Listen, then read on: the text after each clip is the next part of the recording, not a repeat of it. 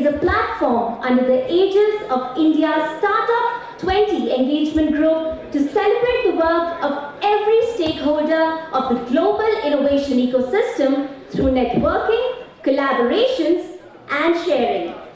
We are here to bring to you stories that inspire. We are here to bring to you stories that need to be heard. It is the Antyodaya of the global startup ecosystem, aiming to reach the last mile.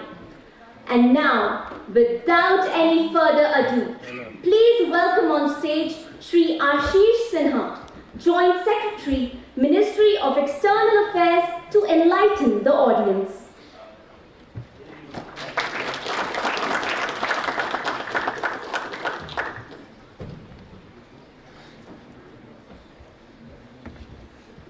Good afternoon, namaskar.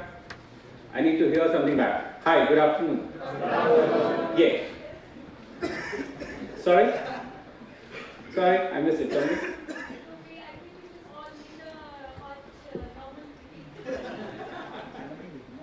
चाय का प्रबंध किया जाए. Sir, Antyodaya. Ant is the end, the last. Uday in Hindi is rise. So rise with the last person. And this is what Gandhiji said, and this is what. Sorry?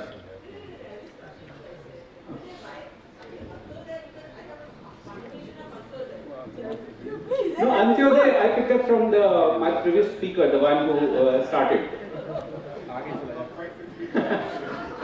Yeah. The responsibility lies there.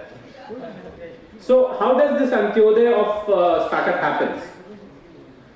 The last person, the last mile delivery, the last entity, the last tear in someone's eye. How does it? How do we take care of it?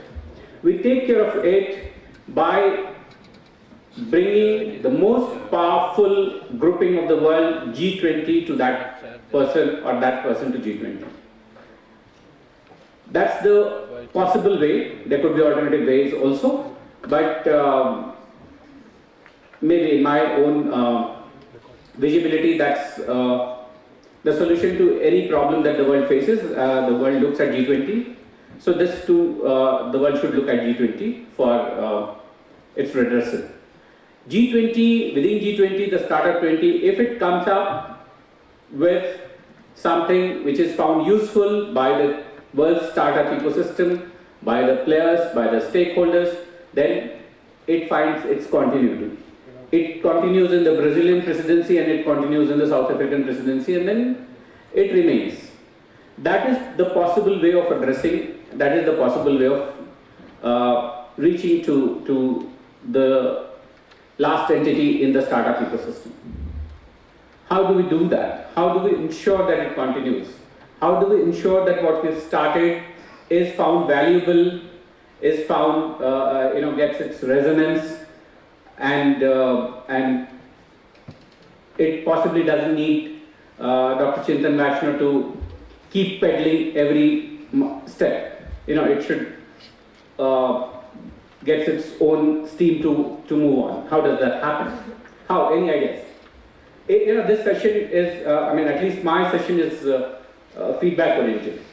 Chai is coming, so while it is coming, you can, please, how do we do that? How do we ensure that the nice, beautiful top in this beautiful city, in this cute green state, is not confined here?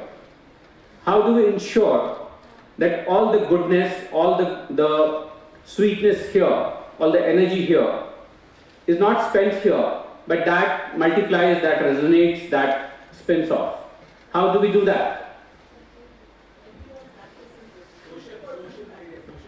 Social media, everyone practices it.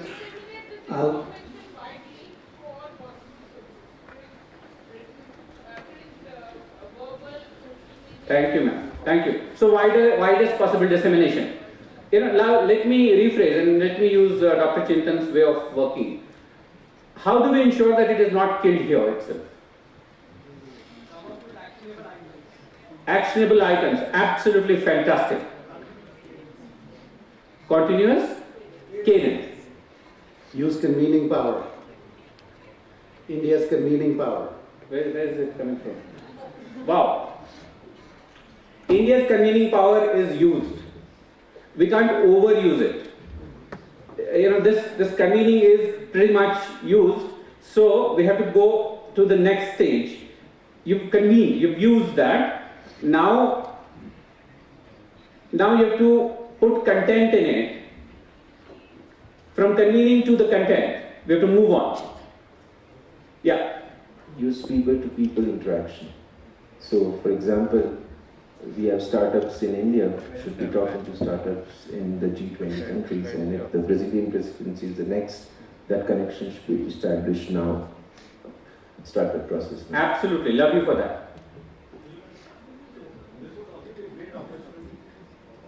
It will also be a great opportunity for us to tie all the state startup missions together and kind of use them as vehicles to kind of disseminate it more locally as well.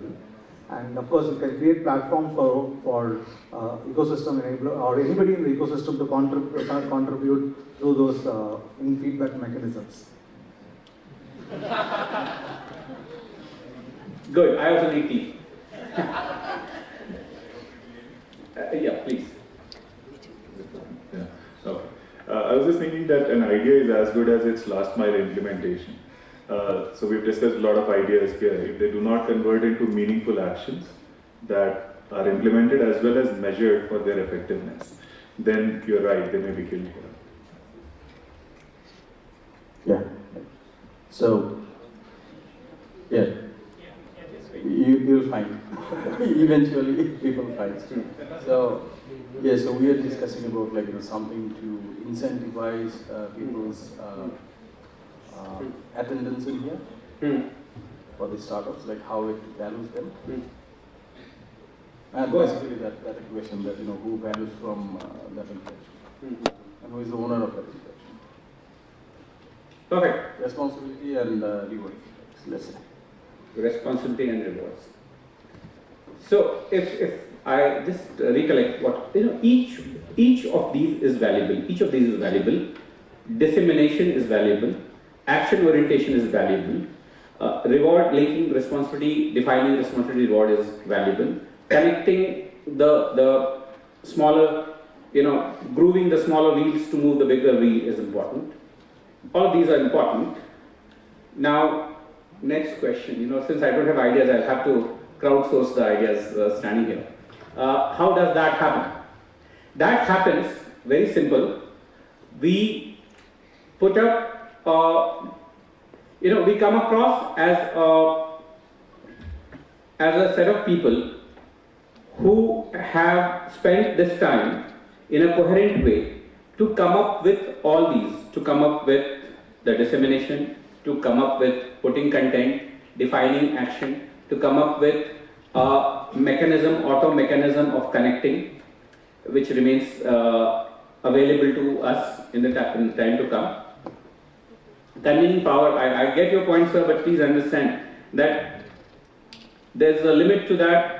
We have to go out of this comfort that India has a big convening power and that would alone be enough. That could alone not be enough. We will have to translate this convening power into the magic word, power of consensus.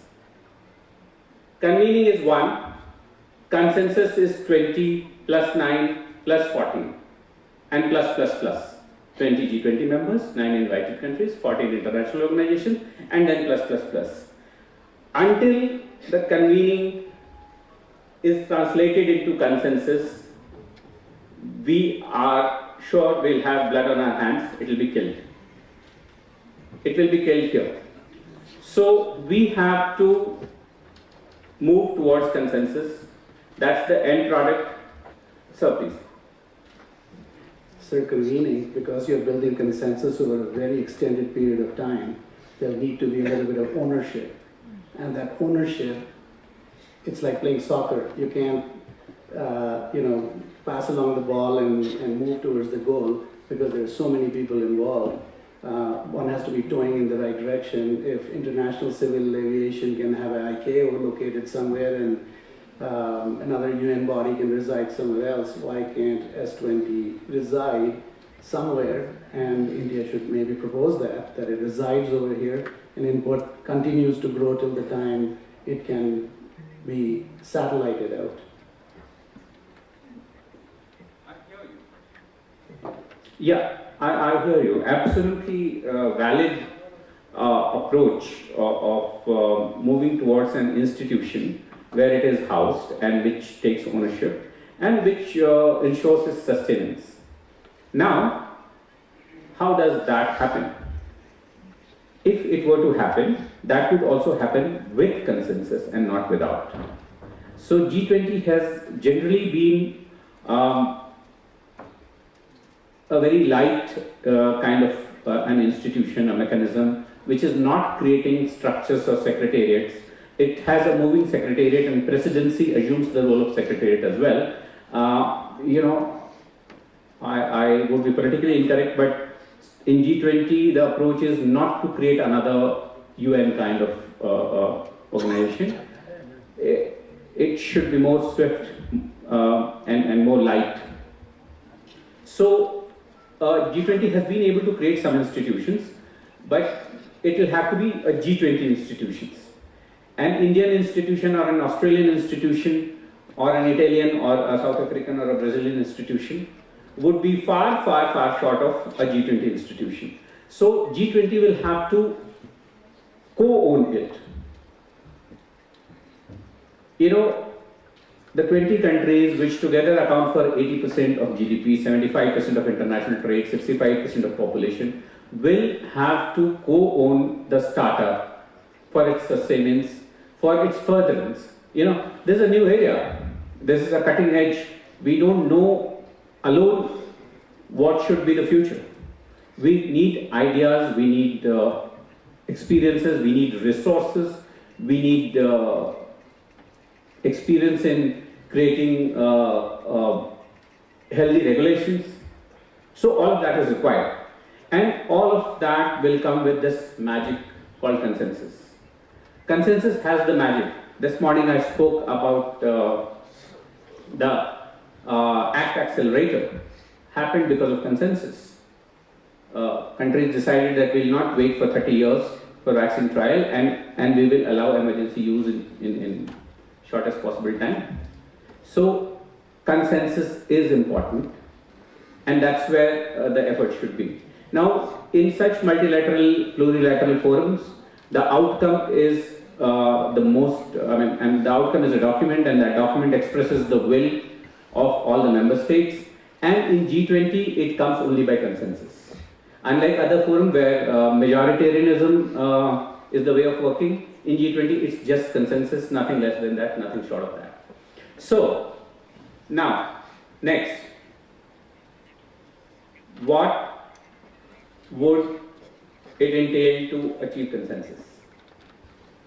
Some little more jogging of brains. Yeah, so please. Getting the startups to do meaningful things that are problem solving for all 20 countries. Unless you do that, somebody making the next Microsoft may not be as appealing to a developing country, but somebody solving a water problem or a climate change problem or an existential problem that are already mainstream themes of the G20 may be available. Thank you. That gives me an idea that something which is found useful by all 20 countries would attract consensus. Sorry? Priorities of bringing a common denominator as a priority. Yes. So something which is found useful. We are in a utilitarian world, and something which finds its utility will be accepted and will be taken forward. That could be.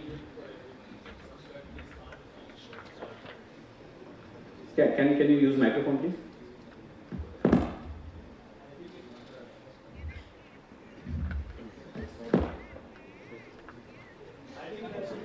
You just tell your microphone that you want to speak and it gets on. Just tell it. Seriously, I mean it. Yes. So I think it has to be a win-win for every country that's involved. Some countries can't feel short-charged that it's tilted. The actionable proposals that are coming out are tilted towards the benefits of a particular country or a block of countries. Very valid point. So what can kill a consensus is a feeling that it is not equally beneficial to all. Right? Is that what you meant? Yes.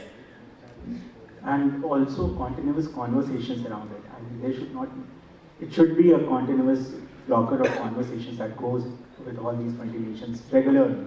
If there is a gap, there is a lack of interest. Yes, true. So, if it is found that there is a design, there's a some kind of it's not equal or some kind or it is more equal to some than others, then it creates a suspicion and that kills. That's a sure recipe of killing the consensus. But the flip side is that if we care too much about the common denominator and equally appealing to all, what we achieve is consensus, what we kill is ambition. So, we have to endeavor towards consensus, yet remain ambitious, right? So the next point was that we have to be talking to each other, conversation, communication. Is that what you meant? Yeah. So that brings to the point that the people in startups, they are the intelligent people, right? They're not dumps. They have high IQs. They have high EQ not the emotional quotient, but the entrepreneurial quotient. They have high risk-taking ability, they have a vision, they have problem-solving ability, they have resourcefulness, for sure. Nobody can doubt about this. These things can lead to a good startup, but these things alone cannot lead to a good startup 20. A good startup 20 will require, other than IQ and all that cues, you need to have bit of social quotient, bit of emotional quotient. I'm not sure how much in abundance these have in the people dealing with startups. I'm sure it is there somewhere, but so far you possibly didn't need those as much as you needed other quotients. Here, you need those, because this time you'll be dealing with people. This time, to achieve consensus, to come out with a document which is found useful by everyone, which is not found tilted towards a country or a group of countries, which everyone finds value in, you need to be dealing with people or group of people. So you'll have to really bring that element out from your within, and then come across as a fair negotiator and be ready. While you should understand and try to understand the requirement of other 19, assuming that there are 20, you should also understand your own emotions. Am I being very ambitious? By being ambitious in a kind of single trick pony, am I stepping onto someone else's stuff? Is being my ambition is narrowing someone else's ambition?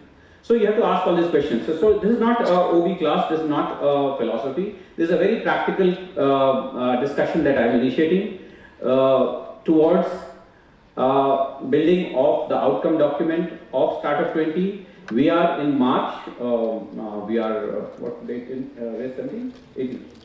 18 March. We'll have April, May, June, July, August. Yeah, 5 more months.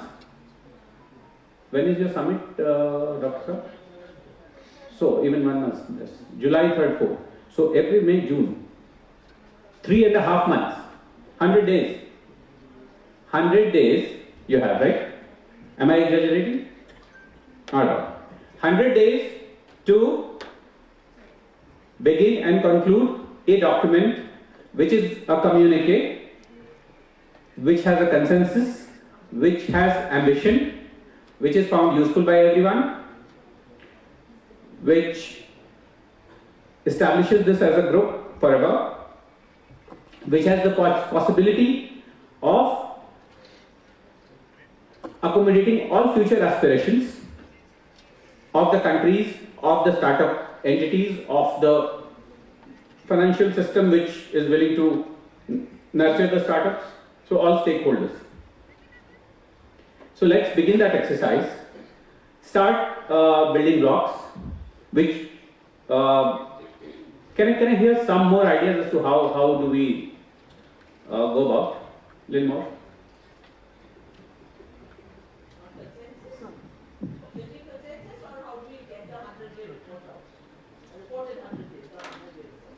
So, no, that report would be the outcome document and consensus, both are the same things, ma'am. It will be with consensus. It has to be with consensus, within 100 days it has to come out. So, if we calculate backwards, say in about 80 days it should be ready to be adopted on the 100th day. So, about 10 weeks from now, how do we do that? How do we do that? Please, sir. Two microphones. First, backbenchers first. You know, this system, backbenchers gets preference. Yeah. So I think after this 100 days our report, once the summit is over, I think whatever even the actionable plan we make, I think there should be, I think we all go back to our regular work. There should be some agency, not a part-time job, full-time job, should be given to monitor all these progress and then metrics and dashboard and so on. Then only to happen. Sir, very, very perfect, but you are talking about post report. Yeah. Post document, post outcome document. Yeah. But let's talk about how do we get that outcome document with consensus. I think that as a team sitting here, we are determined to do it, I suppose. Team sitting here, come on. I have 3 more minutes to conclude everything. Yeah, hi. The team sitting here was called upon. Here. Vinay, the lady Yeah, here. hi. I'm Dr. Vidhi here. I think all the discussions that we've been having right in the respective task forces of Alliances Foundation and the rest 3, right in this meeting, we have responsible people who will be taking care of the subsets and the super subsets of these communique or document that we are looking forward to. We cannot have everybody responsible for one and one for it. So we just have one person responsible for, say, this subset, second for this, and we have those names ready before we depart from Sikkim. Very good, very practical, very granular and concrete. Madam Birla Institute.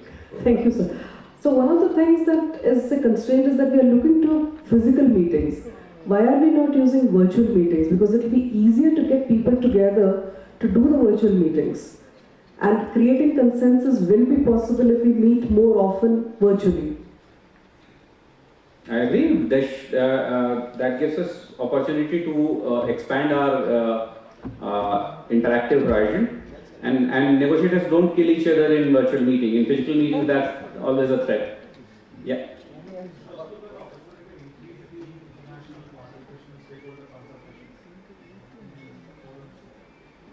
Sure. So, similar, allowing and facilitating larger participation and more frequent interaction. Madam here. I think G20 presidents is also a great opportunity to do away with some of the historical injustices that have happened to women. And unless you make it very inclusive and don't specify the number of women that you are going to target, the Sherpa has been talking about 30 by 30 or 40 by 40, whatever number that we said, that by this year, these many women entrepreneurs will be there and will be supported.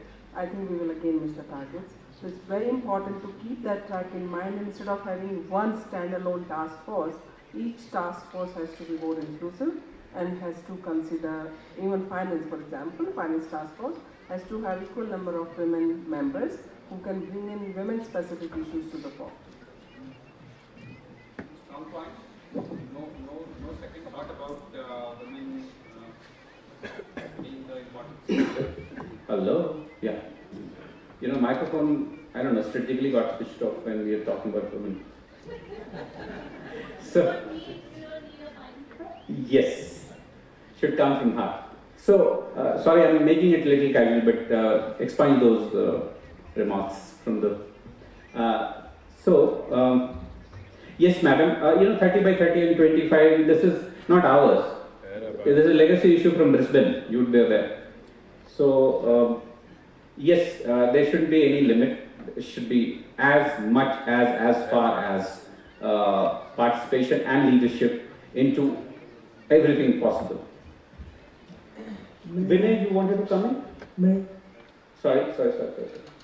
हाँ, एक उनको बोलने देते हैं. Vinay. I mean, I was just saying in one statement that being entrepreneurial, like a lot of us are here on startups, and I think what Madam was mentioning, I would like to expand that further and say ki break, with the existing frameworks which exist in the G20 and how it has, the conditioning that is existing, and going beyond that, because even the social structures have changed and how we build consensus will have to evolve along with having the entrepreneurial mindset.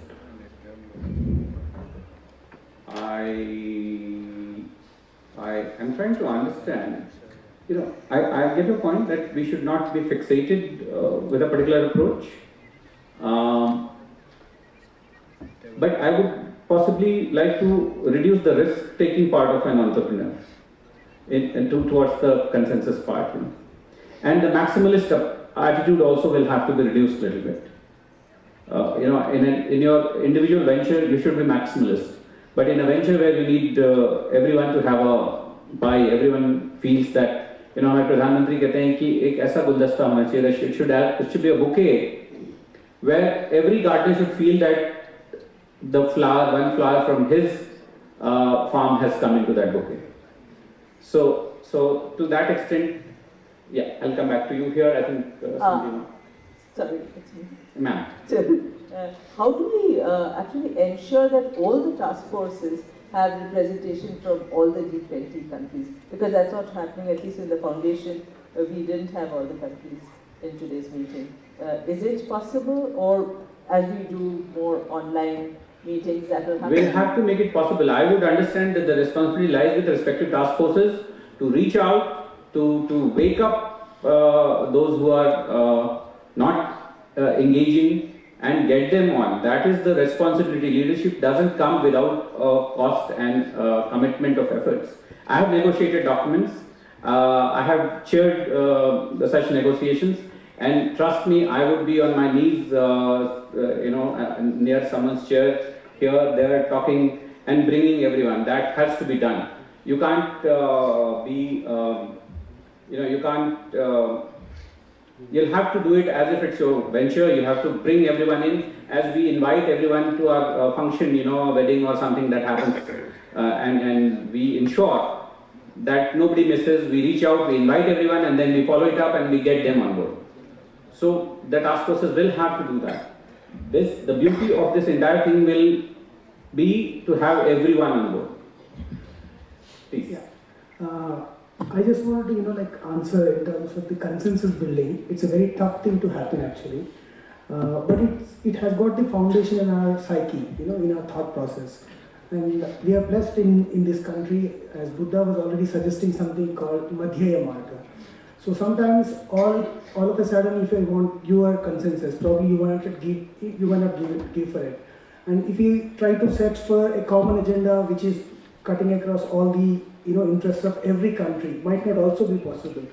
But there is something called SDGs already established, so it need not be a country-specific agenda that is being addressed by my startup. But yes, if it is addressing any of these SDGs, that could be taken as a common consensus-building startup activity. Then Madhyaya Marga means we are not going to ask everyone the extremities, but you also need to say how we are going to come to a consensus for making this as a success. It is not like the India is presiding, so India is doing it. No. Rather than saying why it is not possible, probably every country and even the member country has to put how we can make this as a success. If that becomes the front runner, if that philosophy runs in our thought process, then consensus building becomes easier. So SDGs as the front end agenda for all of us, then everybody thinking it in a thought process, how we are going to make it as a success, and rather than saying why it is not possible, how we can make it as a successful entity. If that thought continues in a thought process, consensus building is possible. Thank you. Thank you. Important point. Thank you. So now, please let me just tell you that in a multilateral negotiation process, your silence is considered your approval. So those who are silent here, we consider that they are agreeing to everything else being said here. And I'm not exaggerating a bit. This is how it happens. Madam, please. So about what you have said, I think it's very important that if we are in a Startup 20 conference, right, that we need to have the voices of the startup founders. Like right now, I'm one of the co-founders of a startup in Mexico, and it's like I would love to talk to other co-founders in the G20, right, to share ideas, to really build something that is for us, that are generating this economic flow to our countries. Gracias. Importante. So, please understand that those who are not speaking, their silence is taken as approval, and same process will be used during negotiations. Please. I would like to emphasize the role of moderators and drivers. While I know you opened your speech saying that how can we get away from it, but I think it is very important, especially in a group that has divergence of backgrounds and specialities. I think the role of moderator becomes even more important. Otherwise, we would never converge towards a specific outcome. So, onus on the leaders and moderators. Perfect. Now, let me move to the last stage of my stupidities here.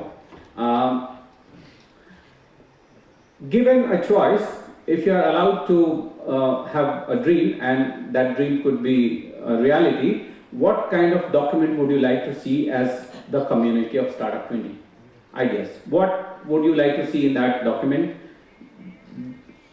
Some paragraphs, some ideas, something, some structure, architecture of the document, chapeau, conclusion, anything, please, quickly. What would you like to see as your bit, as your flower in the bouquet? An Indian startup selling or their products across all the G20 nations, the marketability of their final products in all the G20 countries. That's a sure killer of a consensus document. Okay. Hello, sir. Yeah, please. So,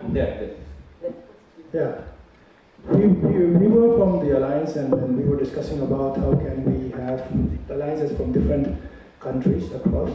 And then one suggestion which we gave was why not have a budget allocated from each country for the startup community, creating a single platform which would be organized, like handled by the G20 or something like that.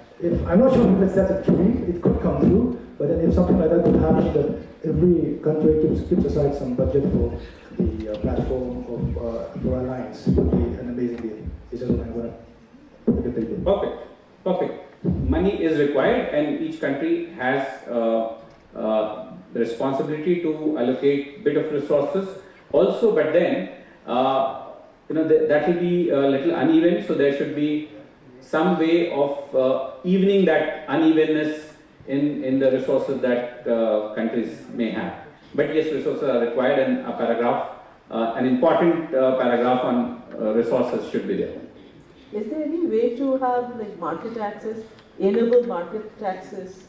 Yes, madam. Yes, madam.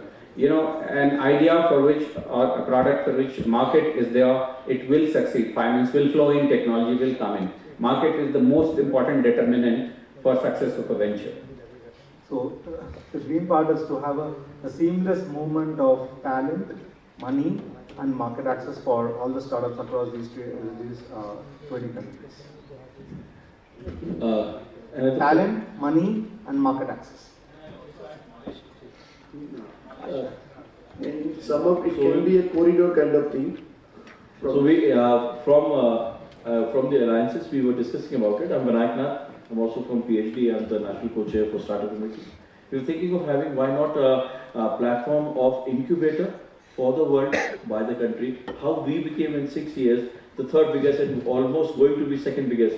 So what are the best of learnings we have, and learn from them their best learnings and make a world incubator in India for the world. So we already thought of that, and we are building some thought in the alliances, in building the knowledge transfer. As a lot of people are saying, incubator can help us also in the funding part, can also help us in the mentors part, and cross-pollination of business also for startups, as the lady was just mentioning the talk. So of course we would love to engage the TOT or probably do something more in the terms of finding and understanding their best practices. So something of an incubator for the world. Which cuts across the country's boundaries.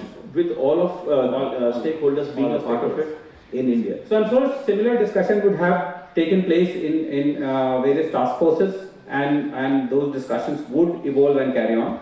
So the recommendation of task forces would form the backbone, the main structure of the communique, and there I would request you to carry on with your discussion, keeping the outcome document in mind, keeping a paragraph that your entire idea would converge into, so that in next 80 days, 75 days, we have to reach there. Sir. Yes, please. My name is Surabhi from Selco Foundation. I just wanted to, suggest that one way of looking at this is to say that each of the G20 countries has certain kinds of programs, schemes, financing mechanisms in place for, let's say, businesses overall. How can we ensure that through this communique we're making sure that we're institutionalizing startups? Specifically, I'm representing the part of the sustainability task force, but more broadly, saying that there are existing mechanisms that each of these countries has. Can we make sure that sustainability or a startup focused initiative is incorporated within that, and each of those countries take that back and figure out the mechanisms of how to do it? Perhaps there could be guidelines around it, and that could be with relation to how you look at impact investments and financing. It could be with relation to how you look at access to government programs or market linkages. It could be with relation to the kind of training, capacity building and upskilling that might be required. So how do you institutionalize this piece into existing programs as well, rather than expect countries to create newer structures for it? And I think just building on what the gentleman said, figuring out whether there are these active learning exchange pieces that we're having between incubators and between enterprises of different incubators, looking at sustainability or any of the other goals that we're interested in. Thank you, madam. Very, very... yes, sir. So this point, yeah. So just concluding to this point, sir, we have with this foundation team... I can see that consensus building has already started. People are endorsing each other's ideas. Yes. Thank you. So it can be a G20 startup ecosystem corridor where we can bring all such incubators, enterprise startups by maybe a startup visa program kind of thing, especially with this opportunity of G20 presidency. We may, enable, powerfully with that. We may, bring more country with that technology, with that, startup innovation, or maybe our, the innovators and startups can, with that technology can, launch their startup in the G20. Okay, thank you very much. I'm a little scared now. Everything is fine as long as you're not hitting the soft belly of governments who are very skeptical about visa, who are very skeptical. Some countries are more, some are less, but it's really common. So do recommend that, but please understand that it's not an open playground, and so ask only what you really feel that is needed in terms of relaxation of regulations for people and money and institutions to move across in yeah. I'll have a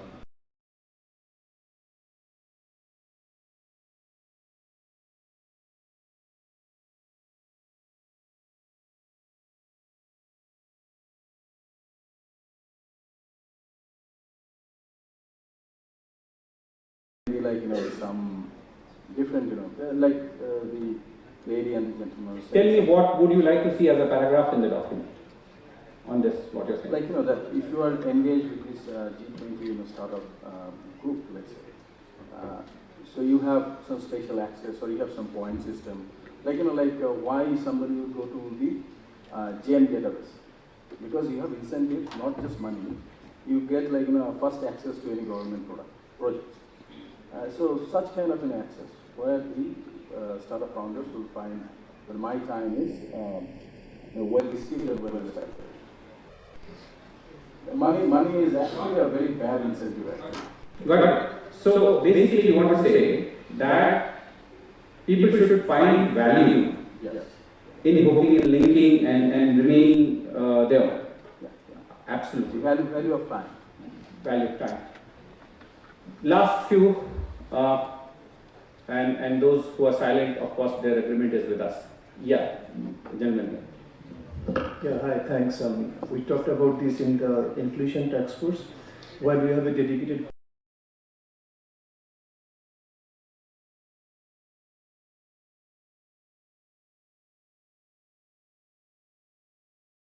people are ambushing and they are saying that inclusion means inclusion, so they should be there everywhere, so they are going to go after you. That's what he's saying. I agree with you. I was there when you guys were talking there in a cafe. Bali.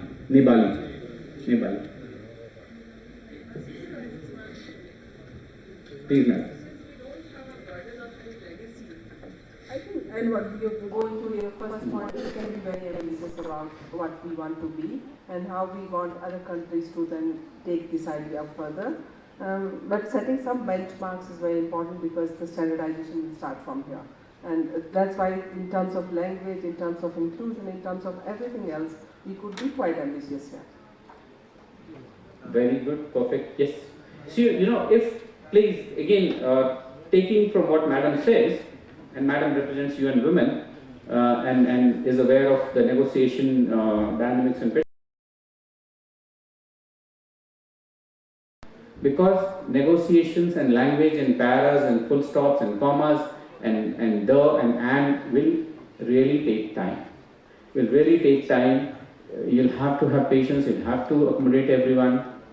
So start early. Start early is the possible mantra to combine both ambition and consensus.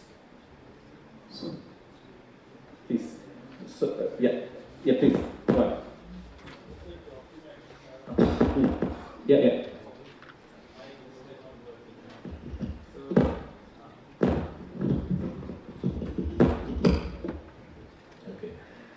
In the document, I think we've been talking about incentivizing startups and their entrepreneurs. We also need to think about incentivizing the governments to promote the startup ecosystem. So in the finance task force, we were discussing that the percentage of GDP being invested into startups varies from as low as 0.2% to 1.6% across the countries of G20.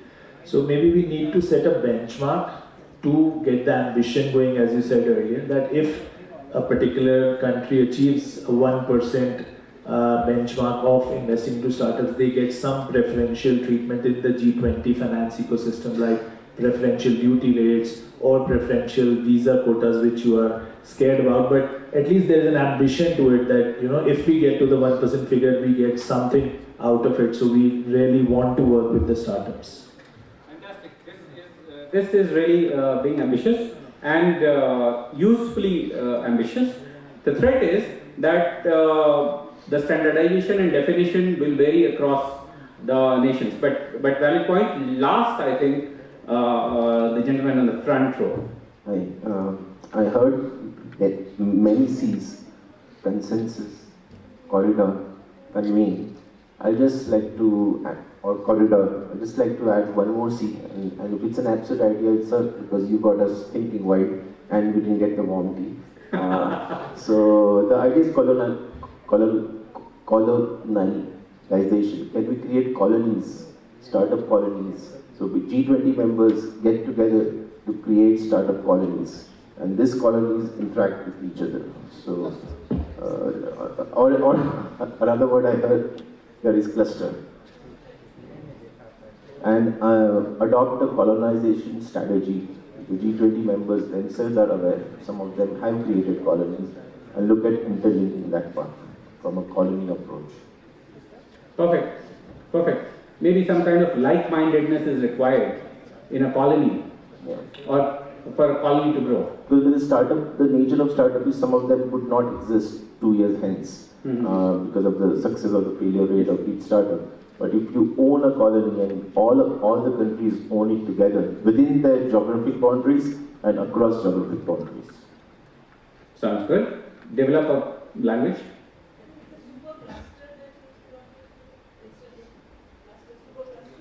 I would. Basically, colonies have their own rules and you play within those colonies with like-minded people.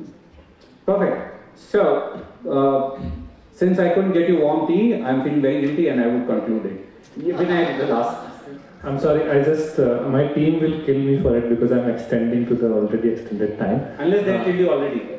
No, they will, definitely. But what I wanted to say is that rather than talking is, or maybe adding to talking is actually working together, building together is what will really help us also. Sir, if I may, I'm here.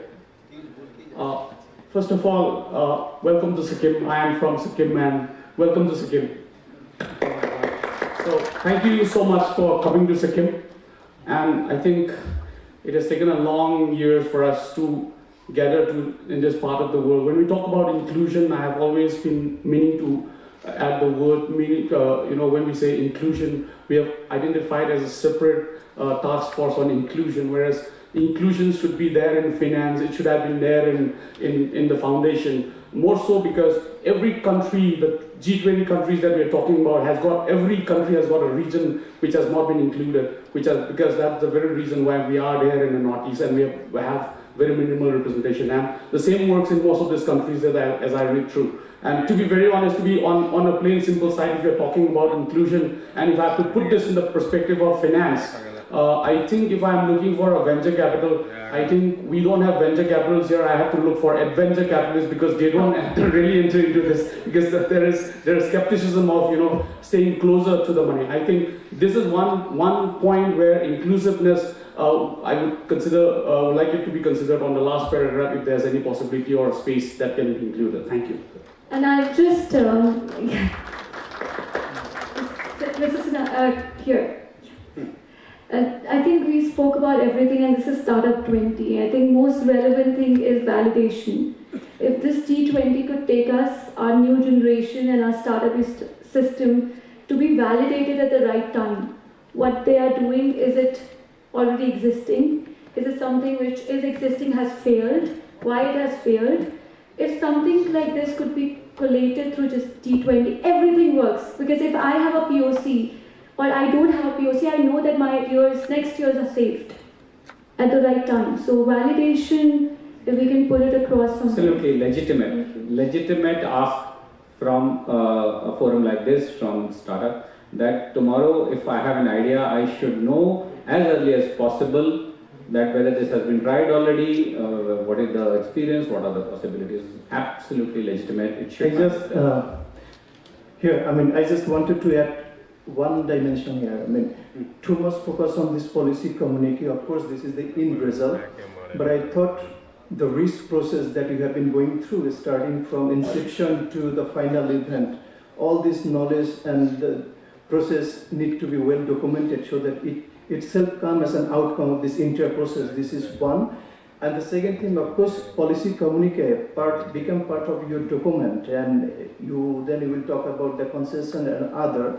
But I think whether in one event, if you can think of arranging a showcasing of the G20 plus startup, inviting one or two startup from each country, G20 and beyond, who can come and showcase their startup, then you will have the real experience of hearing those who are working on the ground. So I think this is also something that you can think of, and perhaps because you have come together a lot of a group from different stakeholders, right?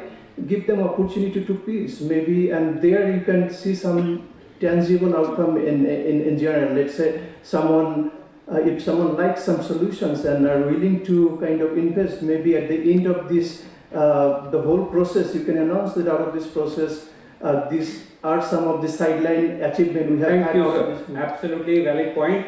he blamed me for excessive focus on communique. Before I'm blamed further, I should make way for other things. So let me summarize what we discussed, how we spent last whatever number of minutes. We started talking about how not to kill it, and we came up with some ideas. We realized that, well, people started putting their mind and their thoughts, and each one of those ideas were valid, and it was realized that it should be, the muster is the consensus, it should pass through that. We have very limited time, and the next stage we saw that people started endorsing each other's ideas. So that's a mega step towards consensus, when you start appreciating, understanding and actually endorsing someone else's ideas. So we've really made some progress right here. My job was to be alarmist and to tell you that you have very limited number of days left. You'll have to go through 4 or 5 iterations. At least, some things are known by experience. So start early in order to be more ambitious and in order to achieve consensus on those ambitions. Thank you very much. Dr. Chintan has made mental note of everything we say. I don't own anything. Thanks. Bye.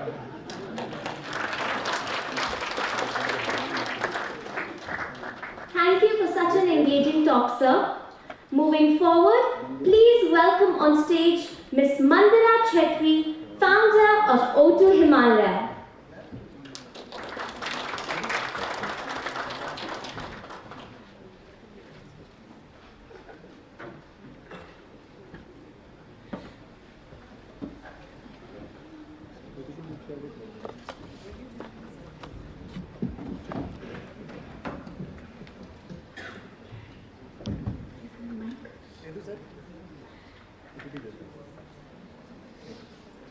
Hello.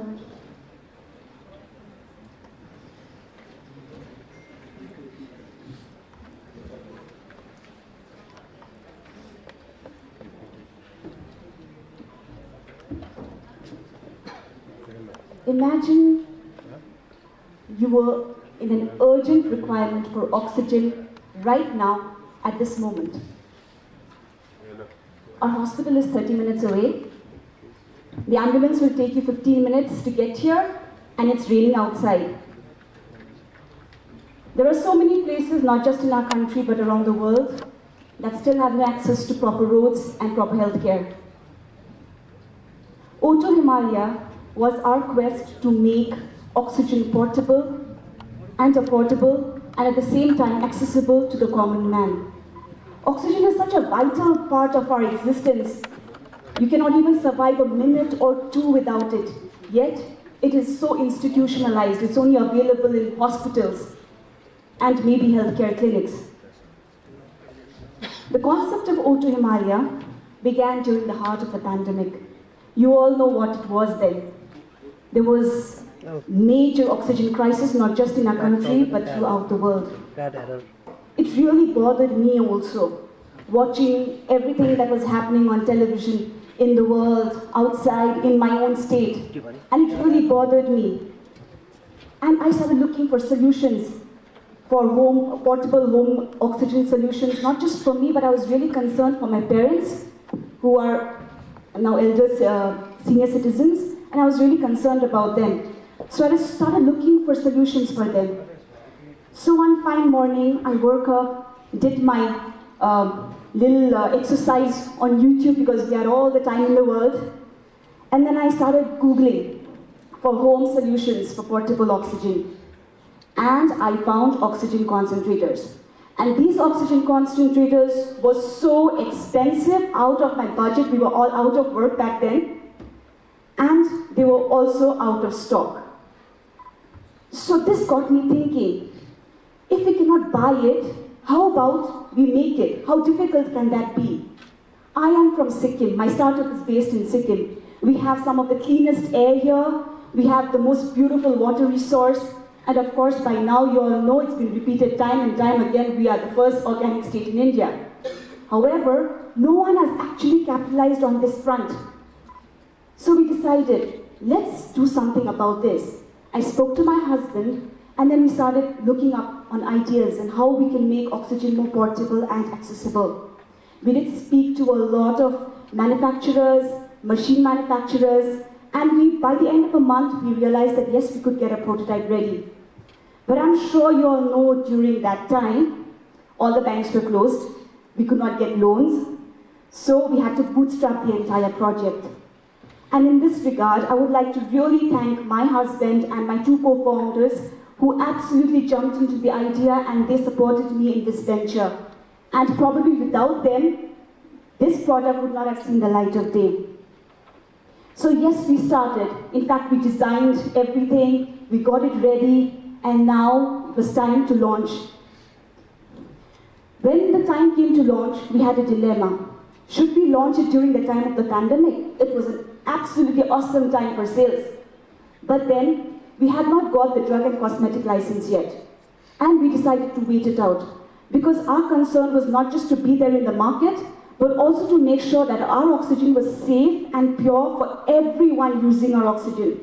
So we decided to wait it out. And you know how long our wait was? We had to wait. Being in Sikkim, we had to wait for absolutely a year. And the one who came, the inspector who came, he was also kind of confused because no one had actually applied for such a startup before. So it took us a year to get our licenses. But what kept us motivated is that we come from a place like Sikkim, which has some of the highest altitudes as far as tourism is concerned. We felt that, and we hear about high altitude jets all the time, and it's been so many years. So we felt that maybe we could contribute something and make Sikkim a more responsible tourism destination with our oxygen cans. When we finally launched, we realized that we had to build a lot of awareness about it. AMS, or high altitude mountain sickness, it's real. It can happen to anyone, and it's not reserved just for the healthy people or people who have physical pains or physical issues. It's not just reserved for them, it can happen to anybody. There was an instance wherein a high mountain guide for the last 20 years, she succumbed to AMS. So we knew that this was something that was really dangerous. So our first thought, we had to educate our government about it. We started reading up literature. In fact, I started going through all the literature that was available about AMS. And then we came across the ones that was prescribed by the CDC. And also the central government stating that any healthy individual traveling over 9,000 feet should access not more than 500 meters in a day, that is 1,600 feet. And in Sikkim, we have people traveling from 3,000 feet to 17,000 feet, 800 in a matter of 2 days. And just to give you a context of how high that is, it is higher than the Everest base camp. So people are traveling, they're falling sick, and we read a lot of testimonials regarding that also. So what we did is we collected all these information from the CDC and also recommendation from the central government on how supplemental oxygen was important for tourists traveling to high altitude. We collected all of this and presented it to the government. And it was on this basis that last year, the Transport Department of Sikkim issued an advisory stating that every tourist traveling to high altitude should carry supplemental oxygen. This was a small victory for us because finally our product could see light of day and it could reach out to people who actually required it. So now the thing is, in my 2 years of working with oxygen, what I've realized that oxygen is really underrated. There are so many things that oxygen is not just for first aid, but it helps in anxiety, it also helps in panic attacks, it also helps in recovery for sports athletes, and it's being used by marathoners. And also what we've also realized, its immense potential in topical use. Oxygen can really help in wound healing, and in case of diabetic foot also. So we, with my friends in the Department of Chemistry in Sikkim University, we are building a prototype in this regard. We are also trying to align, O2 Himalaya, we're also trying to align ourselves with the UN Sustainability Goals. We're providing local employment and also buying back these canisters for recycling. We're also supporting local enterprises. I would like to go through some pictures which I would like to share with you. This was during the COVID time when these are my co-founders when they finally decided to come in on my journey together. This was the time during the COVID when we got our products packaged, and because oxygen was under essentials, we could carry on with our project. This was the time my lab was being built. This was the first prototype that we came up with. This is the local women's cricket team that we supported. And these are my co-founders, and along with the Northeast Venture. So we also try to take out brochures, try to package it, and actually sensitize people about high altitude sickness. This is the time when our Chief Minister and our then Governor came and actually looked at our product.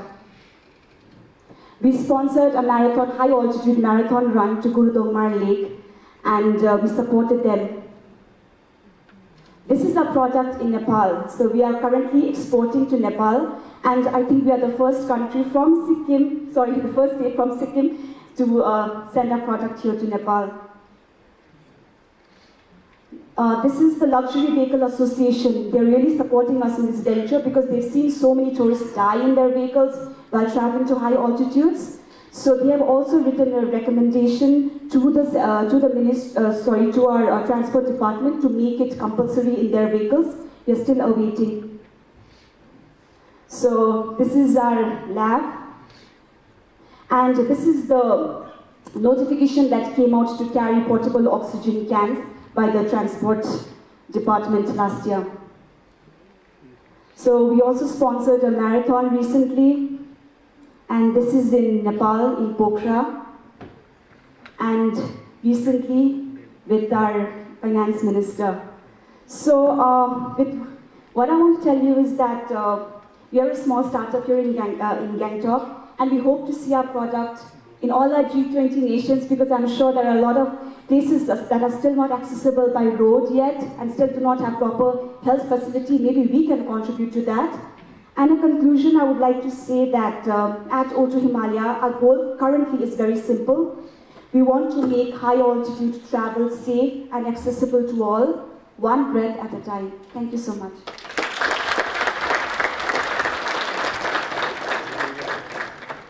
Wow, that was one inspiring story.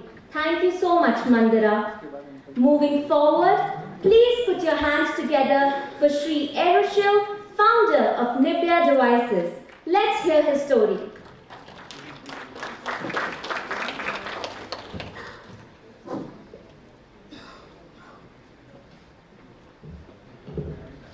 Okay, thank you very much. You know, by 2050, the population of the world is going to hit 9 billion. And the current food supply that we have to actually double it in order to feed every mouth. That means, what we are trying to basically figure out is, with the limited land resource, which is going down on a daily basis, and in a way so that we can do a sustainable practice by using less fertilizers and pesticides, how can we achieve this goal? My name is Aeroshil Namayarappam. I'm the co-founder of Nibia Devices. And first of all, I would like to welcome you all to the beautiful state of Sikkim and the northeastern part of India, where the air is still fresh, the water is still good, and the soil is still organic. So during our journey of building this startup, what we basically encountered was that the story about food sustainability is a big challenge, and it requires a lot of stakeholders to solve it. But what we did a small part of that particular story is to help what we call as small and medium enterprise working in packaged food industries. We try to help them by putting technology solutions to improve their processes. For example, to get data, help them improve their farming practices, and in the processing unit, and using technologies such as IoT to be able to collect those data. We're also using technologies like blockchain, which is able to basically do a supply chain traceability for all the resources and all the supply chain components that they are basically using. Finally, just to be able to give them a story that can tell about their sustainable practice. So, since we're talking about MSMEs, these organizations do not basically employ a lot of technology, but they have a story to tell about their GI tech products and the solutions that they are basically building on. And why are we qualified to solve this issue? Is because myself, I come from a technology background. I've worked for about 15 years in the industry. 9 years I was in the US working for multiple Fortune 500 companies. My co-founder is my father, who is also an agricultural research scientist, who has done a lot of work in solutions like biofertilizers and blue-green algae-based fertilizers. And we sat together one evening and thought like how we can basically help in some way by which we can bring our skills together, the technology component from my side and agriculture research from my father's side. And when we talked about the solution that we are building in multiple platforms like this, we saw that there is an underlying factor of sustainability which many of the countries are also basically looking at. So for example, we have been reached out by macadamia farm based out of Africa, who wants to tell a story about how their products are different and how they are doing sustainable practices to differentiate themselves from the global big players. We've been reached out by a plant-based meat processing unit based out of Thailand, who wants to talk about how do we change our food habit from an animal-based, meat-based food habit to a more plant-based habit. Because as we all know, meat industry is one of the highest greenhouse emitting industry that we have currently. We have also basically been reached out by a chocolate company from Bangalore who wants to talk about the sustainable practice they're doing in order to basically in the entire process that they're working on. And especially as a startup which is based out of Northeast, we have also realized that we are, if you look at the big picture in Asia, we are kind of located in a very strategic location where we are next to two of the largest emerging markets in the world, the South Asia and the Southeast Asia.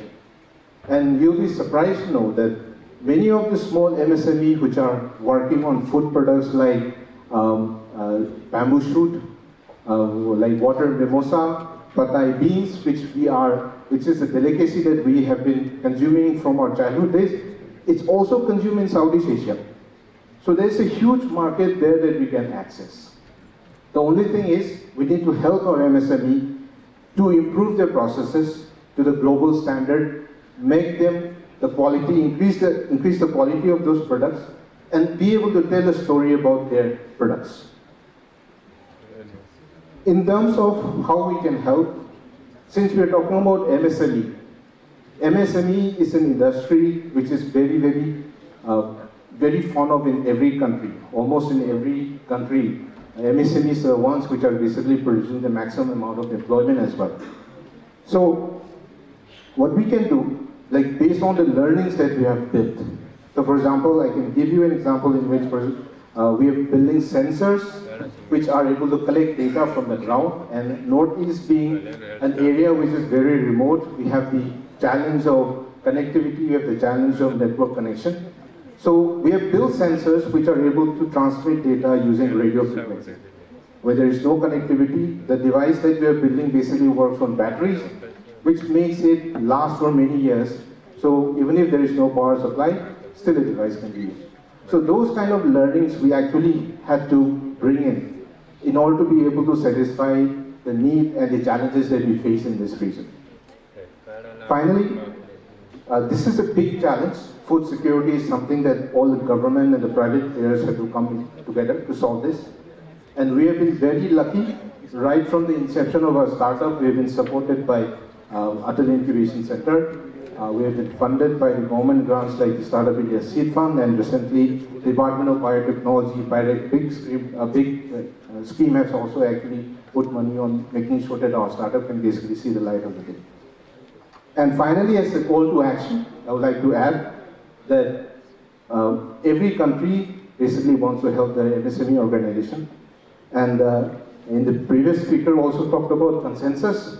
So maybe this can be the first thing that we can try to do, where we bring in consensus on helping the small MSME brands tell a story about themselves and talk about their sustainability journey.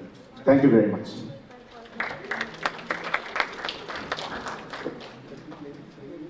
Thank you so much, Erashil. Please welcome on stage with a big round of applause, Mr. Chris Rochelle, Director for Hawaii Department of Commerce, the United States of America.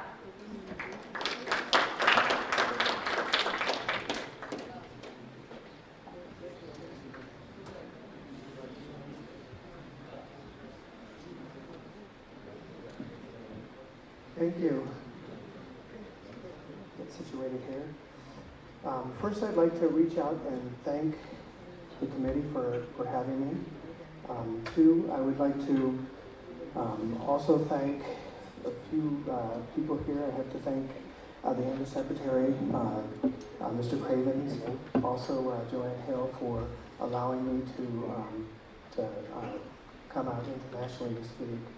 I do work for the U.S. Department of Commerce. We have a lot of interest, and we want to be a partner here with you. We want to be a partner here with you, and that's why we're here.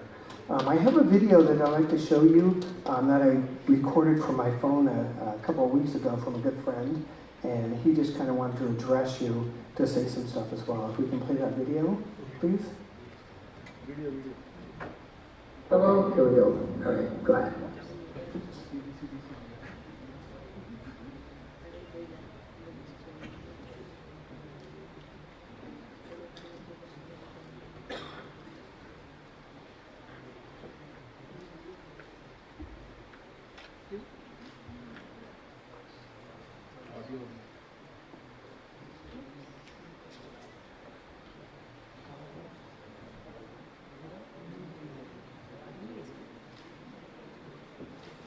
Do they have sound for it?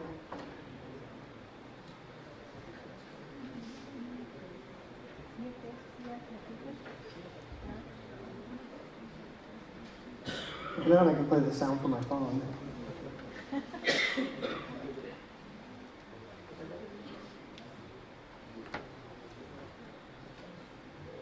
Hi everybody, I'm delighted to be here with you today, talking to you from Bangladesh. Can you imagine? It's a wonderful experience to be with you from a long distance. We've been working on several issues. One basic issue was creating a world of 3 zeros. 0 global warming, 0 wealth concentration, and 0 unemployment. So we want to create that world. Create a world of 3 zeros so that we don't have global warming anymore, no concentration of wealth in the hands of few people, and no unemployment because of artificial intelligence taking all the jobs. So that's the direction we want to work, and I'm very happy to talk to you on this one. Thank you. Bye-bye. Bye. So that's a very dear friend of mine. His name's Dr. Muhammad Yunus. He won the Nobel Prize for microloans a while back. And him and I, we both have dreams that are similar in order to help a lot of people as well. My time at the U.S. Department of Commerce, I help clients do business development. That's similar to what you guys are doing here. Help people close loans, actually close contracts as well. In the last 10 years, I've closed personally a little bit north, at the end of this year, it'll be a little bit north of about 50 billion in contracts. A little bit, maybe about 3 or 4 billion in financing. So I'm very familiar in this area, and I'm really happy that I'm able to be here and share some of my knowledge and experience and gain some knowledge and experience as well. I work with entrepreneurs for a couple of decades now, and there's something that I noticed over and over with most entrepreneurs. Entrepreneurs usually start off very motivated, and they're ready to go. They got their family behind them. They have their credit card debt, their house is, being mortgaged, and they are running and they're moving forward for about 3 to 5 years. And roughly after about 3 to 5 years, they notice that it starts to top off, and usually that momentum starts to go down. And how do they pick that momentum back up? What's that common unity or that common thing that they have an issue with? And typically, it's networking. That's the problem. They've not created a strong, healthy network to get them through those rough points. And that's kind of what I want to talk about today, is networking and how to create, maintain, sustain a healthy network. Now, and I know that a lot of people have inferred it, but the G20 startup is actually a startup. And this startup that we have, and I know you're talking about a document, and I know that there's probably already a business plan for it. And there's probably already documents of what they want to do. So we do have a business plan here, a business, a startup, and perhaps networking is what they are focusing on. So I love it. And they are opening up communication. They're trying to ask for what are some of the ideas. How can we create this network across multiple countries and to create a nice, healthy, sustainable network? So typically, when it comes to businesses, they falter because of finance, access to contracts, or access to networks. And believe it or not, communication and creating your own networks is the key to most of those. Within a phone call, I can call up somebody and get a loan for somebody like that. And that's because it's a part of my network. You have networks like that too. But I think the key is how do we make my network and your network coexist and help build each other?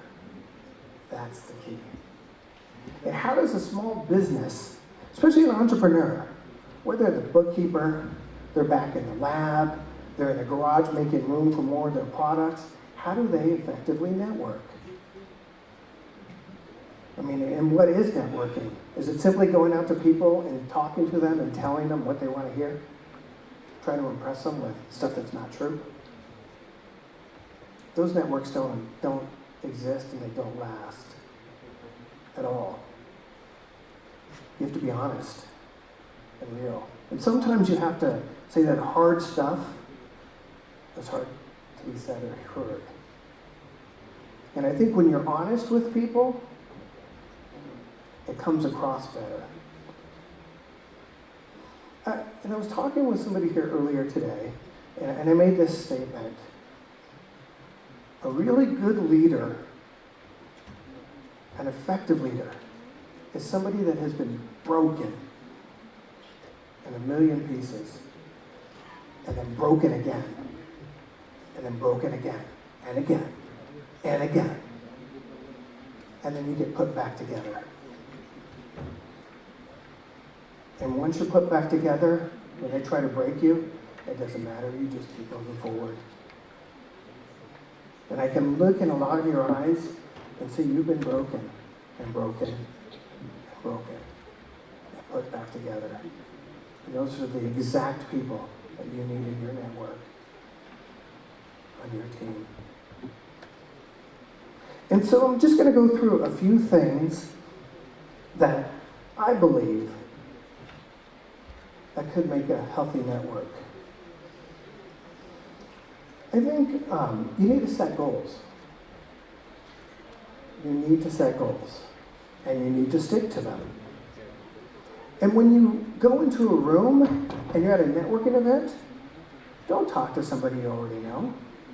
Why would you do that? I mean, you do talk to them because you need to acknowledge them and still keep that network healthy, but you need to talk to new people. You really do. And then I think you need to assess, will that person be a really good teammate for you? Maybe not. Maybe not at this time, but maybe in 5 years.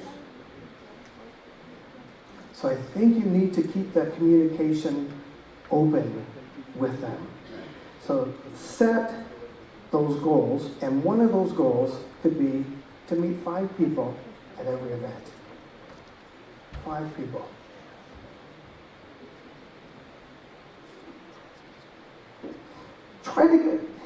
Try to join what I would say like groups of people.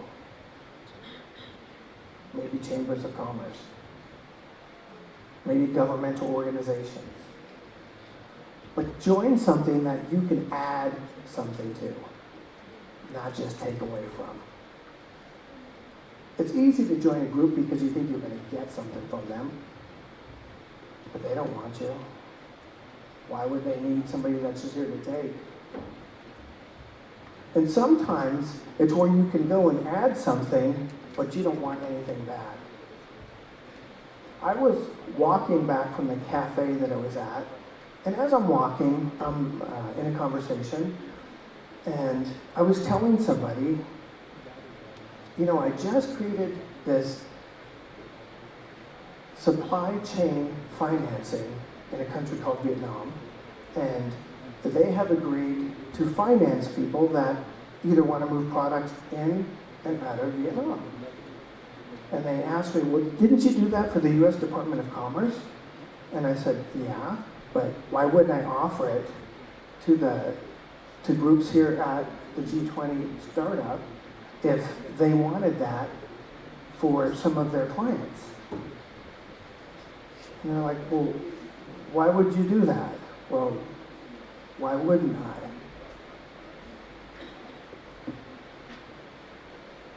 That's being a good member of a network. Do I need to do that? No. But I'll tell you what, if I get money for your client, $5–10 million to move some product, when I call you, you're going to answer your phone. Sometimes you got to bring something to the table.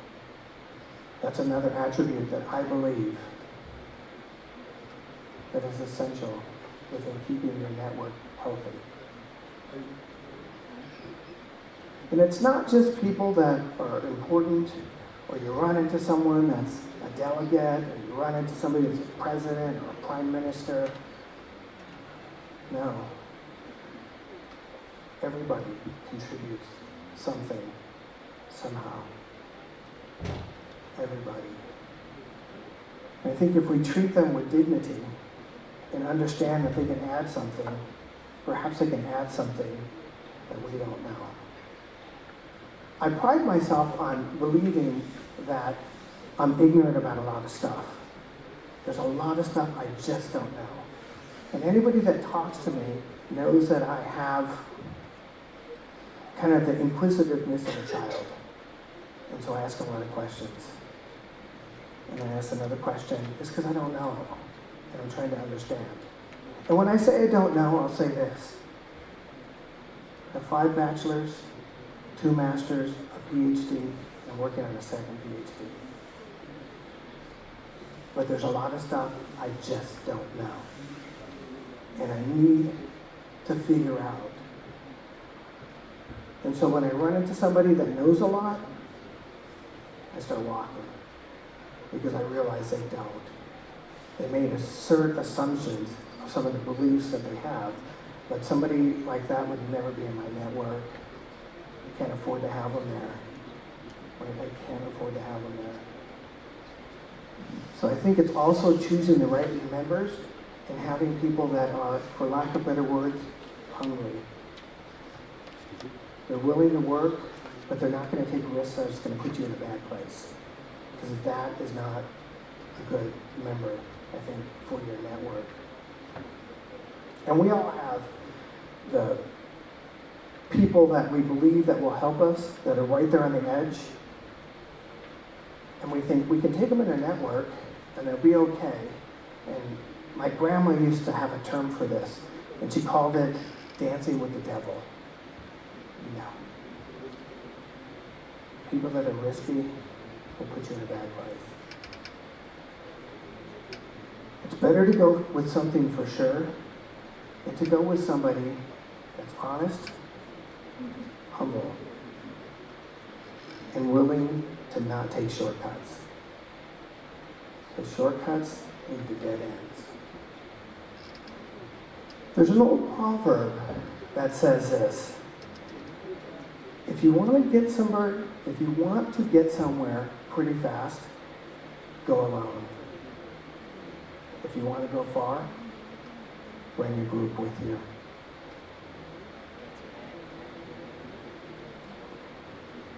The last thing that I'll focus on here a little bit is to be friendly and approachable. I think that is so key, to keep that child aspect within you. To be approachable, to be friendly. And I think that we can all learn something from the children.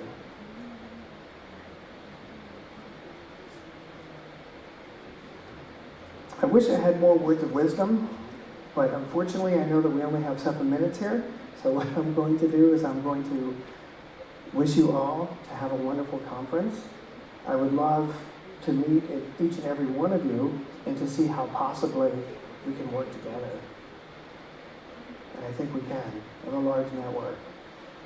Thank you for your time.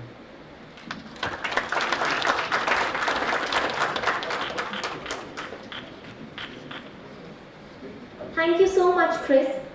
Our next speaker is Ms. Kanta Singh, Deputy Country Representative, United Nations Women, India.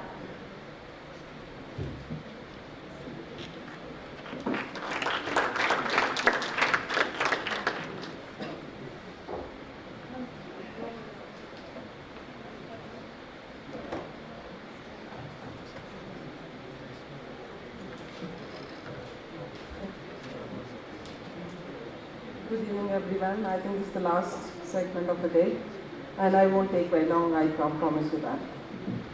Thank you, Dr. Chintan, for this opportunity. I don't know what I'm going to say because I'm not an entrepreneur, I'm not a startup, I'm not anything that you people are expecting me to be. It's just a simple story of how all of you, and in fact many of you, have started with a story of dreams. I come from a rural area in Haryana. I must have been 6, 7, 8 when my elder brother joined Indian Military Academy. And he would come for his summer break and would, with his fellow cadets, would speak in English. And we had no clue about that. So my elder brother was just 2 years elder to me. He and I would just stand behind where these 2 friends were sitting and would try to talk in English without understanding ABC of that. I don't know where that came. And next morning we will also share dreams, because when you sleep at night you will also have dreams. And my dreams were completely different from everybody else there, even in my class, and even when I was talking to my brother sisters who were also there. And I used to think that there's something wrong with me, because our house was on the route where the landing takes place at Delhi airport. It was close to Delhi.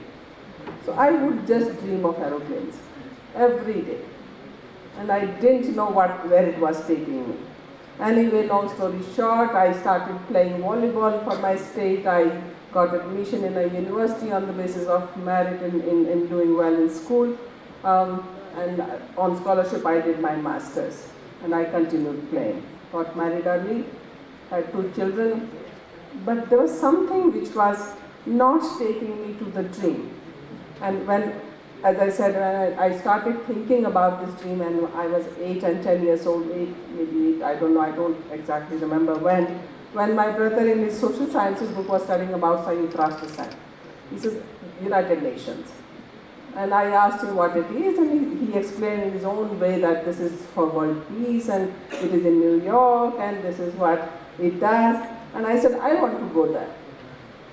I said, oh, तुम जाएगी, right? So anyway, से बच्चे करते हैं.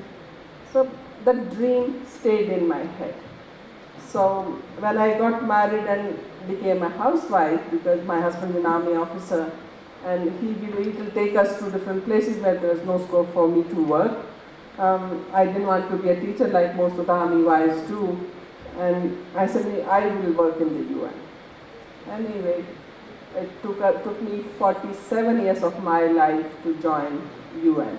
I continued applying for almost 10 years, and the applications went in black hole. I didn't know what was wrong because by then I had gained some experience. Whenever I'll see the number plate 1 UN 30, 1 UN 8 on the roads, I would feel that, this isn't the maybe that only, right?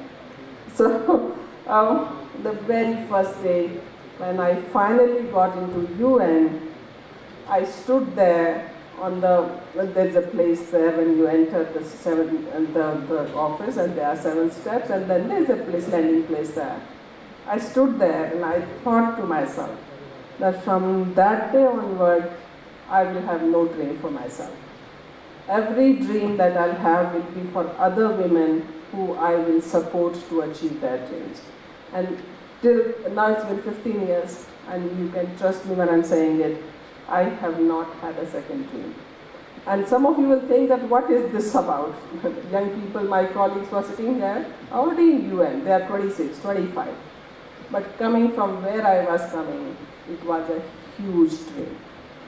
Huge in the sense that you can't think of a woman who studied in a village school is competing with somebody who is studied in LSE or studied in a great Ivy League university.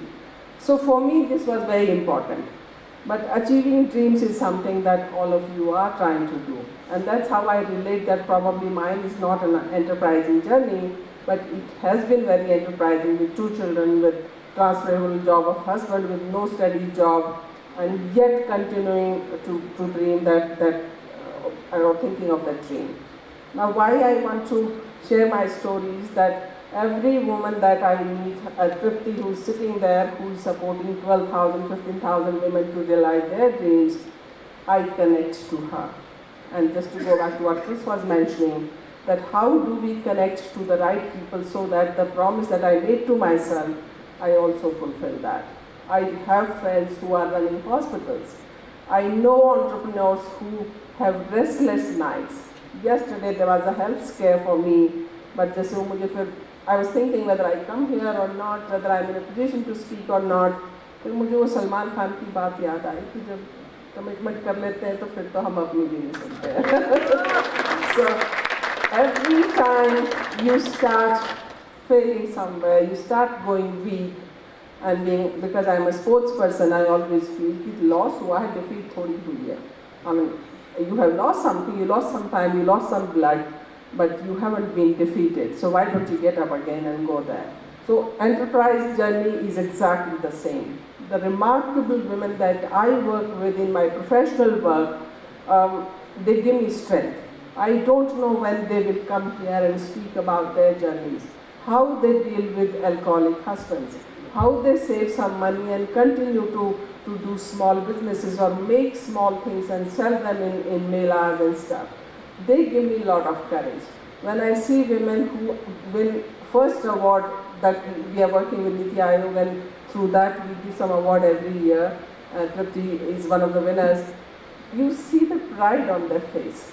Because the kind of issues that these women face are nowhere close to what we can imagine. So many of them are the breadwinners of the family. Something must be giving them courage to fight on daily basis.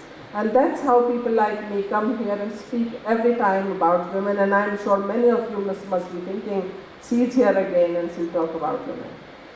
I will do that, because that's the promise I have made to myself. That is how I talk to Chintan on a daily basis, saying, Chintan, do you have enough women? Chintan, have you brought women in decision-making positions? We just don't want to be participants. We want to be where the decisions are made about our lives. That means nothing about us without us. And that is about in parliaments, that's in every decision-making body that this country and this globe is making. That's why thousands of women are fighting on the streets of New York during CSW, young women, and who I am hoping that they will continue to fight their fights in the times to come. Because many women fought for something that I am enjoying today, which my mother could not enjoy. My mother worked for me. So I am hoping that these young women who are raising their voices, you will make space for them. You men who are sitting here, I am pleading to all of you.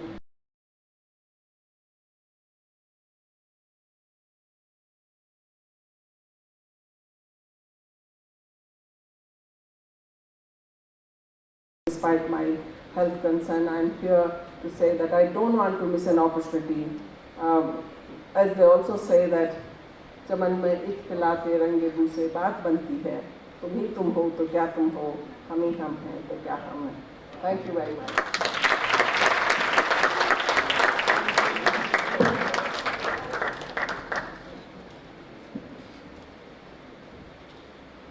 Ma'am, you truly give us courage to fly and dream.